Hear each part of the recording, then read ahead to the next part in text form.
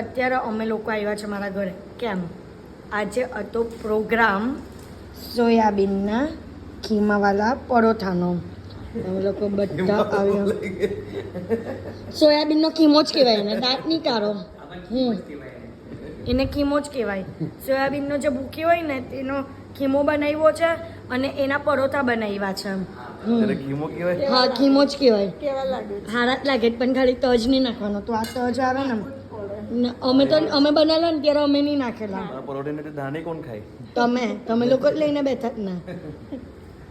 પર પિક્ચર ચાલે છે એટલે દાણી ખાતા ખાતા મજા આવે એમ. બરાબર. તો એકલું પરોઠા ખાઈને પણ કરી શકાય. એવું મારા ફેવરેટ દાણી છે મારી. હવે હસ્યા જ કર. ખબર નહીં કેમ એટલું હસવું આવે ને વગર કામનું. ખાલી ખબર જ દેખાય, મોઢું તો દેખાતું જ નહીં. કવર થઈ ગયું છે. કંઈ નહીં, ચલો અત્યારે અમે લોકો આને એન્જોય કરીએ.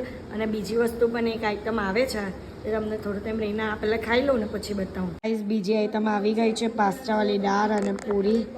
તો ખાવા બેસી ગયા છે. કઈ ને કઈ નવું નવું જ બનેલું હોય. બધા પરાઠા ચીઝવાળા બનાવ્યું જ કોણે? સાસુ એમ. તો સારું જ બને ને બધું. તો ચલો સરસ મજાનું આજનું ડિનર કરી લઈએ. તો બસ અમારા આ જ ટાઈપના વ્લોગ જોવાના તમને ગમતા હોય તો લાઇક શેર એન્ડ સબસ્ક્રાઇબ કરવાનું ભૂલતા નહીં. અને ફોલો કરવાનું પણ ભૂલતા નહીં.